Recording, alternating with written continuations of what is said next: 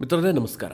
ಮಿತ್ರರೇ, ರಷ್ಯಾದ ಅಧ್ಯಕ್ಷ ಪುತಿನ್ ಮತ್ತು ಅಮೆರಿಕದ ಅಧ್ಯಕ್ಷ ಟ್ರಂಪ್ ನಡುವೆ ಅಮೆರಿಕದ ಅಲಸ್ಕಾದಲ್ಲಿ ಕಳೆದ ರಾತ್ರಿ ಒಂದು ಹೈ ವೋಲ್ಟೇಜ್ ಮೀಟಿಂಗ್ ನಡೀತು. ನಿಮಗೆಲ್ಲ ಗೊತ್ತೇ ಇದೆ, ಇದು ವಿಶ್ವವೇ ಕಾತುರದಿಂದ ಕಾಯ್ತಾ ಇದ್ದಂತಹ ಮೀಟಿಂಗ್.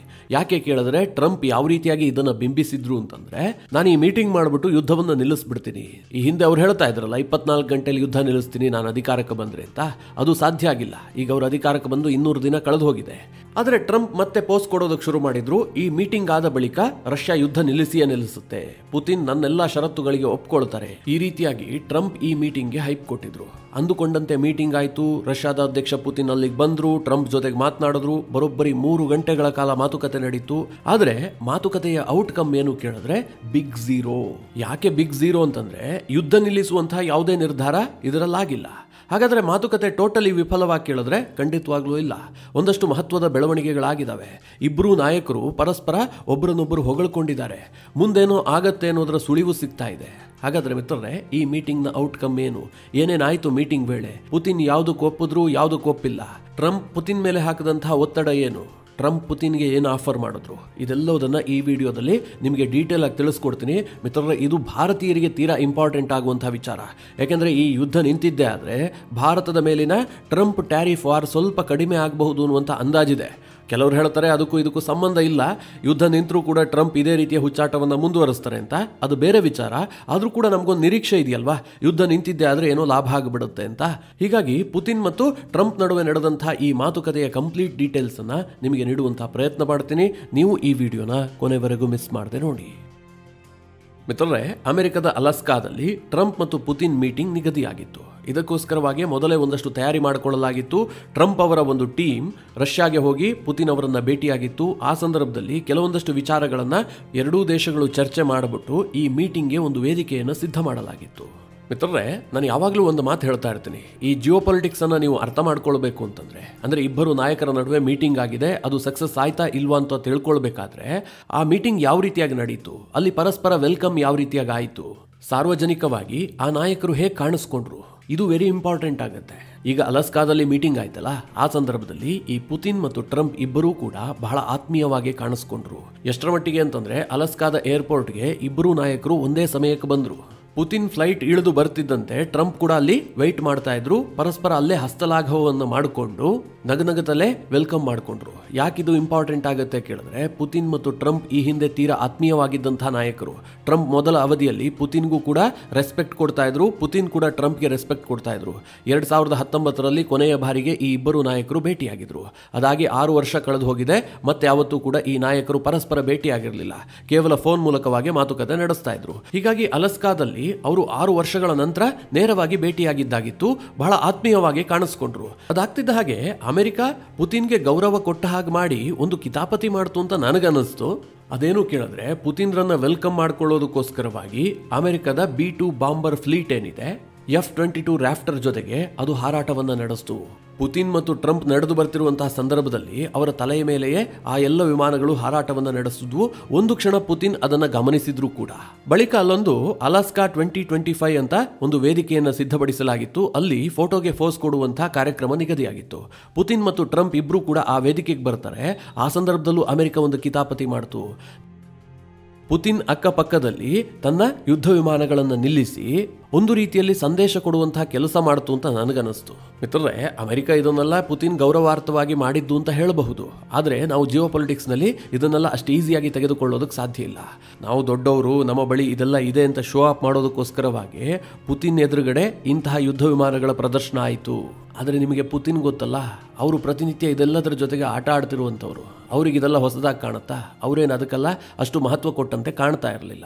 ಇದೆಲ್ಲ ಆಗ್ತಿದ್ದ ಹಾಗೆ ಇಬ್ಬರು ನಾಯಕರು ಕಂಟಿನ್ಯೂ ಆಗಿ 3 ಗಂಟೆಗಳ ಕಾಲ ಮಾತುಕತೆಯನ್ನು ನಡೆಸಿದ್ರು. ಟ್ರಂಪ್ ಅಲಾಸ್ಕಾಗೆ ಬರುವ ಮುಂಚೆಯೇ ಒಂದು ಮಾತನ್ನ ಹೇಳಿದ್ರು, ಒಂದು ವೇಳೆ ಪುತಿನ್ ಮತ್ತು ನನ್ನ ನಡುವೆ ಮಾತುಕತೆ ಫಲಪ್ರದವಾಗತ್ತೆ ಅಂತಂದ್ರೆ ಅದು ತುಂಬಾ ಹೊತ್ತು ನಡೆಯುತ್ತೆ, ಇಲ್ಲ ಫಲಪ್ರದ ಆಗೋದಿಲ್ಲ, ಪುತಿನ್ ಯಾವುದಕ್ಕೂ ಒಪ್ತಾ ಇಲ್ಲ ಅಂತಂದ್ರೆ ಮಾತುಕತೆ ಶೀಘ್ರವಾಗಿ ಎಂಡ್ ಆಗತ್ತೆ, ಅಲ್ಲಿಗೆ ಫೇಲ್ ಆಗಿದೆಯಾ ಪಾಸ್ ಆಗಿದೆಯಾ ಅನ್ನೋದನ್ನ ನೀವು ತಿಳ್ಕೊಳ್ಬಹುದು ಅಂತ ಟ್ರಂಪ್ ಮೊದಲೇ ಹೇಳಿದ್ರು. ಟ್ರಂಪ್ ಅವರ ಈ ಮಾತನ್ನ ಆಧರಿಸಿ ನೋಡೋದಾದ್ರೆ ಈ ಮೀಟಿಂಗ್ ಒಂದು ಹಂತದಲ್ಲಿ ಫಲಪ್ರದ ಆಗಿದೆ.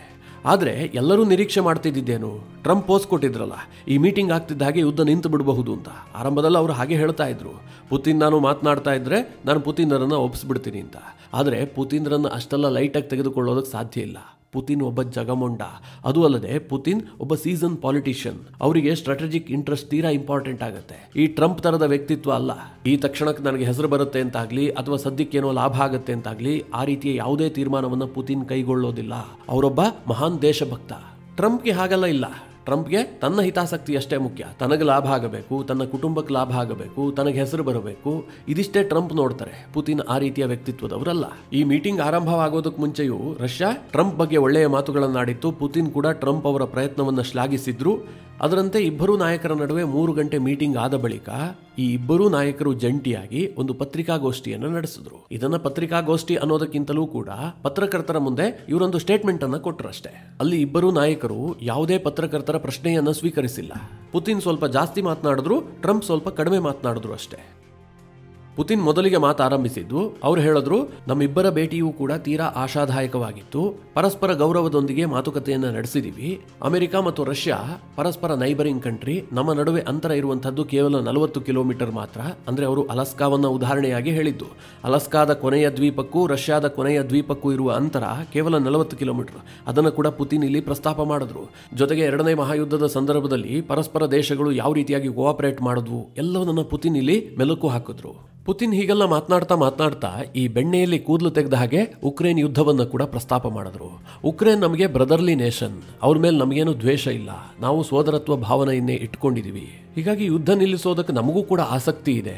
ಆದರೆ ಯುದ್ಧವನ್ನು ನಿಲ್ಲಿಸಬೇಕು ಅಂತಂದ್ರೆ ಯುದ್ಧಕ್ಕೆ ಕಾರಣವಾದಂತಹ ಮೂಲ ಅಂಶಗಳು ನಿವಾರಣೆಯಾಗಬೇಕು. ಹೀಗಂತ ಪುತಿನ್ ಆ ಮಾತಿನಲ್ಲೇ ಪ್ರಸ್ತಾಪ ಮಾಡಿದ್ರು. ಅಲ್ಲಿಗೆ ಈ ಯುದ್ಧವನ್ನು ನಿಲ್ಲಿಸೋದಕ್ಕೆ ಪುತಿನ್ ಒಂದಷ್ಟು ಟಫ್ ಡಿಮ್ಯಾಂಡ್ಗಳನ್ನು ಇಟ್ಟಿರೋದು ಕನ್ಫರ್ಮ್ ಆಯಿತು. ಪುತಿನ್ ಇಟ್ಟಂತಹ ಡಿಮ್ಯಾಂಡ್ಗಳ ಬಗ್ಗೆ ಕೆಲ ಮಾಧ್ಯಮಗಳು ವರದಿ ಮಾಡಿದವೆ. ಅದೇನು ಕೇಳಿದ್ರೆ, ಗೆದ್ದ ಪ್ರದೇಶವನ್ನು ವಾಪಸ್ ಕೇಳಬಾರದು. ಒಂದು ವೇಳೆ ಉಕ್ರೇನ್ ಅದನ್ನು ಒಪ್ಕೊಂಡಿಲ್ಲ ಅಂತಂದ್ರೆ ರಷ್ಯಾ ಬೇಕಾದರೆ ಲ್ಯಾಂಡ್ ಸ್ವಾಪಿಂಗೂ ಕೂಡ ಸಿದ್ಧ ಇದೆ. ನಾವು ಇಲ್ಲಿ ಗೆದ್ದಂತಹ ಕೆಲ ಪ್ರದೇಶಗಳನ್ನು ಇಟ್ಕೊಂಡು ಉಕ್ರೇನ್ಗೆ ಬೇರೆ ಕಡೆ ಪ್ರದೇಶವನ್ನು ಬಿಟ್ಕೊಡೋದಕ್ಕೂ ಕೂಡ ನಾವು ಸಿದ್ಧ ಅನ್ನುವಂಥ ಸಂದೇಶವನ್ನ ಪುತಿನ್ ಕೊಟ್ಟಿದ್ದಾರೆ ಎನ್ನುವಂಥ ಮಾಹಿತಿಗಳಿದಾವೆ. ಯಾಕೆ ಪುತಿನ್ ಈ ರೀತಿಯಾಗಿ ಡಿಮ್ಯಾಂಡ್ ಮಾಡ್ತಾ ಇದ್ದಾರೆ, ಇಷ್ಟೊಂದು ಟಫ್ ಆಗಿ ವರ್ತಿಸ್ತಾ ಇದ್ದಾರೆ ಅಂತಂದ್ರೆ ಅದಕ್ಕೆ ಕಾರಣ ಇದೆ. ರಷ್ಯಾಗೆ ಇವತ್ತು ಕಪ್ಪು ಸಮುದ್ರದ ಆಕ್ಸೆಸ್ ಬೇಕು. ಅವರು ಈ ಹಿಂದೆ ಕ್ರಿಮಿಯಾವನ್ನು ವಶಕ್ಕೆ ಪಡೆದಿದ್ದು ಕೂಡ ಅದಕ್ಕೆ. ವ್ಯಾಪಾರಕ್ಕೆ ಅದು ತೀರಾ ಇಂಪಾರ್ಟೆಂಟ್ ಆದಂತಹ ಲೊಕೇಶನ್. ಈಗ ಗೆದ್ದುಕೊಂಡಂತಹ ಪ್ರದೇಶಗಳು ಸಮುದ್ರಕ್ಕೆ ಹೊಂದಿಕೊಂಡಿದ್ದಾವೆ. ಅದನ್ನ ಬಿಟ್ಟುಕೊಡೋದಕ್ಕೆ ಪುತಿನ್ ಸಿದ್ಧ ಇಲ್ಲ. ಅದಕ್ಕೆ ಬದಲಿ ನಾವು ಬೇರೆ ಲ್ಯಾಂಡ್ ಅನ್ನ ಬೇಕಾದ್ರೂ ಉಕ್ರೇನ್ಗೆ ಬಿಡೋದಕ್ಕೆ ಸಿದ್ಧ ಇದ್ದೀವಿ ಅನ್ನುವಂಥ ಸಂದೇಶ ಕೊಟ್ಟಿದ್ದಾರೆ. ಲ್ಯಾಂಡ್ ಸ್ವಾಪಿಂಗ್ ಅಂತ ಇದನ್ನು ಕರೆಯಲಾಗ್ತಾ ಇದೆ. ಟ್ರಂಪ್ಗೆ ಇದು ತುಂಬಾ ಇಷ್ಟ ಆಗಿದೆ. ಇದು ಸರಿ ಇದೆ ಅಂತ ಟ್ರಂಪ್ ಒಪ್ಪಿಕೊಂಡಿದ್ದಾರೆ. ಉಕ್ರೇನ್ನ ಅಧ್ಯಕ್ಷ ಜೆಲೆನ್ಸ್ಕಿ ಸೇರಿದಂತೆ ಯುರೋಪ್ನ ದೇಶಗಳಿಗೆ ಇದು ಅಷ್ಟಾಗಿ ಸೊಗಸ್ತಾ ಇಲ್ಲ. ಅದರ ಬಗ್ಗೆ ನಾನು ಮುಂದೆ ವಿವರಣೆ ಕೊಡ್ತೀನಿ. ಈಗ ಪುತಿನ್ ಇಟ್ಟಂತಹ 2ನೇ ಡಿಮ್ಯಾಂಡ್ ಏನು ಕೇಳಿದ್ರೆ, ಯುಕ್ರೇನ್ ಯಾವುದೇ ಕಾರಣಕ್ಕೂ ನ್ಯಾಟೋವನ್ನ ಸೇರಬಾರದು, ಹಾಗೆ ಉಕ್ರೇನ್ ಮುಂದೆ ತನ್ನ ಸೇನೆಯನ್ನ ಬಲಪಡಿಸಬಾರದು. ಇದಿಷ್ಟು ತನ್ನ ಹಳೆಯ ಡಿಮ್ಯಾಂಡ್ಗಳನ್ನೇ ಟ್ರಂಪ್ ಮುಂದೆಯೂ ಕೂಡ ಪುತಿನ್ ಪ್ರಸ್ತಾಪ ಮಾಡಿದ್ದಾರೆ. ಟ್ರಂಪ್ಗೆ ಇದು ಯಾವುದು ದೊಡ್ಡ ವಿಚಾರ ಅಂತ ಅನ್ನಿಸ್ಲೇ ಇಲ್ಲ. ಆದ್ರೂ ಸಹ ಟ್ರಂಪ್ ಇದು ಯಾವುದಕ್ಕೂ ಒಪ್ಪಿಗೆಯನ್ನು ಕೊಡೋದಕ್ಕೆ ಸಾಧ್ಯ ಆಗಿಲ್ಲ. ಅದೊಂದು ಇಂಟ್ರೆಸ್ಟಿಂಗ್ ವಿಚಾರ. ಅದಕ್ಕೆ ಕಾರಣ ಏನು ಕೇಳಿದ್ರೆ, ಯಾವಾಗ ಪುತಿನ್ ಮತ್ತು ಟ್ರಂಪ್ ನಡುವೆ ಮಾತುಕತೆ ನಿಗದಿ ಆಯ್ತಲ್ಲ, ಆ ಸಂದರ್ಭದಲ್ಲಿ ಟ್ರಂಪ್ ಯುರೋಪ್ನ ದೇಶಗಳ ಮುಖ್ಯಸ್ಥರೊಂದಿಗೆ ಮಾತುಕತೆಯನ್ನು ನಡೆಸಿದ್ರು. ಅದು ಜರ್ಮನಿಯ ಚಾನ್ಸಲರ್, UK ಪ್ರಧಾನಿ, ಫ್ರಾನ್ಸ್ ಅಧ್ಯಕ್ಷ, ಹಾಗೆ ಜೆಲೆನ್ಸ್ಕಿ ಇವರೆಲ್ಲರ ಜೊತೆಗೂ ಕೂಡ ಮಾತುಕತೆಯನ್ನು ನಡೆಸಿದ್ರು. ಜೊತೆಗೆ ನ್ಯಾಟೋದೊಂದಿಗೂ ಕೂಡ ಅವರು ಒಂದಷ್ಟು ವಿಚಾರಗಳನ್ನು ಹಂಚಿಕೊಂಡಿದ್ರು. ಆ ಸಂದರ್ಭದಲ್ಲಿ ಎಲ್ಲರೂ ಕ್ಲಿಯರ್ ಕಟ್ ಆಗಿ ಟ್ರಂಪ್ಗೆ ಏನು ಹೇಳಿದ್ರು ಗೊತ್ತಾ, ನೀವೇನೇ ನಿರ್ಣಯ ಕೈಗೊಳ್ಳೋದಾಗಿದ್ರೂ ಕೂಡ ಅದು ಏಕಪಕ್ಷೀಯ ನಿರ್ಧಾರ ಆಗಿರಬಾರದು. ನೀವು ಜೆಲೆನ್ಸ್ಕಿಯ ಒಪ್ಪಿಗೆಯನ್ನು ಪಡೆದೇ ಮುಂದಿನ ನಿರ್ಧಾರವನ್ನು ಕೈಗೊಳ್ಳಬೇಕು. ದೊಡ್ಡ ನಿರ್ಧಾರ ಆಗಬೇಕು ಅಂತಂದ್ರೆ ಅಲ್ಲಿ ಜೆಲೆನ್ಸ್ಕಿಯ ಒಪ್ಪಿಗೆ ಬೇಕು, ಅಂದ್ರೆ ಉಕ್ರೇನ್ ಒಪ್ಪಿಗೆ ಬೇಕು ಅಂತೇಳಿ ಎಲ್ಲಾ ಯುರೋಪ್ನ ದೇಶಗಳು ಕೂಡ ಡಿಮ್ಯಾಂಡ್ ಮಾಡಿದ್ವು. ಹೀಗಾಗಿ ಟ್ರಂಪ್ಗೆ ಪುತಿನ್ ಇಟ್ಟಂತಹ ಈ ಎಲ್ಲ ಡಿಮ್ಯಾಂಡ್ಗೆ ಒಪ್ಪಿಗೆಯನ್ನು ಸೂಚಿಸೋದಕ್ಕೆ ಸಾಧ್ಯವೇ ಆಗಿಲ್ಲ. ಪುತಿನ್ ಸಿಕ್ಕಾಪಟ್ಟೆ ಬ್ರಿಲಿಯಂಟ್ ಬಿಡಿ. ತನಗೇನಾಗಬೇಕು, ಏನು ಮಾಡಬೇಕು ಎಲ್ಲದರ ಬಗ್ಗೆ ಅವರಿಗೊಂದು ಕ್ಲಾರಿಟಿ ಇದೆ. ಹೀಗಾಗಿ ಪುತಿನ್ ಮೀಟಿಂಗ್ ಆದ ಬಳಿಕ ಜಂಟಿ ಹೇಳಿಕೆ ಕೊಟ್ರಲ್ಲ, ಆ ಸಂದರ್ಭದಲ್ಲಿ ಟ್ರಂಪ್ ಅನ್ನ ನೈಸ್ ಮಾಡ್ತಲೇ ತಾನೇನು ಹೇಳಬೇಕು, ತಾನೇನು ಕನ್ವೆ ಮಾಡಬೇಕು ಎಲ್ಲವುದನ್ನು ಮಾಡಿಬಿಟ್ರು. ಅಂತಿಮವಾಗಿ ಪುತಿನ್ ಹೇಳ್ತಾರೆ, ಟ್ರಂಪೇ ಅಮೆರಿಕದ ಅಧ್ಯಕ್ಷರಾಗಿದ್ದಿದ್ರೆ ಈ ಯುದ್ಧವೇ ಆರಂಭಗೊಳ್ತಾ ಇರಲಿಲ್ಲ. ರಷ್ಯಾ ಈಗಲೂ ಕೂಡ ಸಿದ್ಧ ಇದೆ ಟ್ರಂಪ್ ಜೊತೆಗೆ ಒಪ್ಪಂದವನ್ನು ಮಾಡಿಕೊಳ್ಳೋದಕ್ಕೆ. ನಾವು ಅಮೆರಿಕದೊಂದಿಗೆ ವ್ಯಾಪಾರ ಮಾಡಿಕೊಳ್ಳೋದಕ್ಕೂ ಕೂಡ ಸಿದ್ಧ ಇದ್ದೀವಿ. ಈ ಎಲ್ಲ ಸಂದೇಶವನ್ನ ಪುತಿನ್ ಕೊಟ್ಟರು. ಹೀಗಾಗಿ ಟ್ರಂಪ್ಗೂ ಕೂಡ ಬಹಳ ಖುಷಿ ಆಗ್ಬಿಡ್ತು. ಏನು ಪುತಿನ್ ಇಷ್ಟೆಲ್ಲ ಹೊಗಳ್ತಾ ಇದಾರಲ್ಲ ಅಂತ. ಟ್ರಂಪ್ ಅದೇ ಖುಷಿಯಲ್ಲಿ ಒಂದಷ್ಟು ಮಾತುಗಳನ್ನು ಹೇಳಿದ್ರು.